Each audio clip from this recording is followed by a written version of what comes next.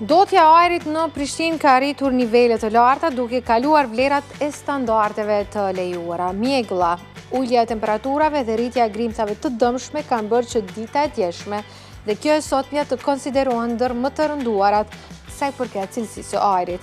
Specialistët shëndetësor thonë se ajri i ndotur është një ndër indikatorët që ndikon në fillimin e sëmundjeve, por edhe në përkeqësimin e atyre ekzistuese. Është raporti i kolegës Erar Moko.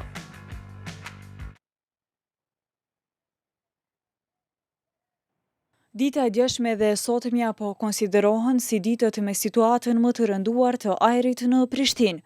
Matjet e cilësisë së ajrit kanë treguar tek alimin e vlerave normale të ndotsve, përfshirë grimcat e pluhurit të padukshëm, PM10 dhe PM2.5. Ky përkeqësim i cilësisë së ajrit është ndikuar edhe nga ulja e temperaturave, lagështia e lartë, mjegulla dhe djegjet e ndryshme. Qytetarët thonë se ajri i ndotur është i dukshëm. Çështja e ndotjes së ajrit është problem përgjithësi në Evropë, domethënë rregullimi i ajrit i cili quhet oksigjen është një çështje që duhet vazhdimisht të përpunohet. Ambienti nuk krijohet për një natë, por me vite të tëra. Nuk e di a ke mjegull dje apo ke ajrin ndotur, veç Iran po. Nuk ka ndonjë indikacion tani që është një shkallë rrezikshme e ndotjes së ambientit, përveç ditës së djeshme, kur ishte një mjegull e dendur, zakonisht me faqen e mjegullave, faqen edhe ndotja e ambientit. Na ka blloku neve.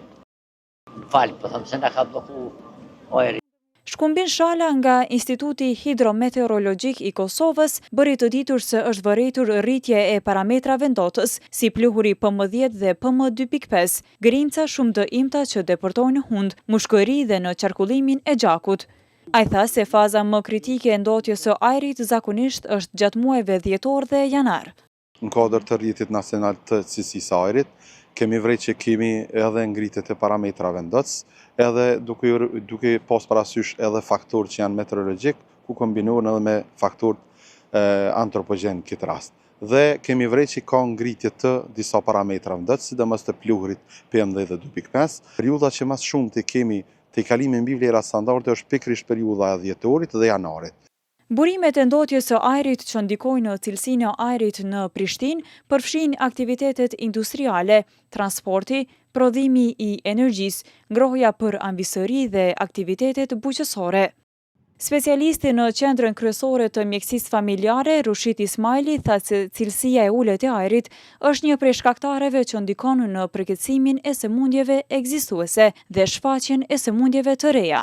Mundet që ndotja e ajrit shkakton nisjen e një sëmundje të re, sidomos nëse ekspozohemi për një kohë shumë të gjatë, por në shumicën e rasteve i përkeqëson gjendjet e cilat ne kemi pasur ose nxjerrën në sipërfaqe. Tani pak a shumë që të gjithë jemi të atakuar nga ndotja e ajrit edhe i përmenda gjithë ato që shkaktojnë ndotje, përveç asaj edhe pirja e duhanit mund të kontribuojë negativisht, sepse ne kemi pak kafeteri ku kalojmë një ambient ku nuk pihet duhani, edhe më keq e pësojnë personat të cilat kanë probleme shëndetësore, sidomos ata që kanë probleme me frymarrje, sëmundje kronike, obstruktive, mushkërisë dhe astma. Sipas platformës ndërkombëtare për monitorimin e cilësisë së ajrit, IQ-Air, Prishtina aktualisht renditet si qyteti më i ndotur në Kosovë, e ndjekur nga Zubin Potoku. Ndërkohë, në ranglistën botërore të ndotjes, Kosova pozicionohet në vendin e 22.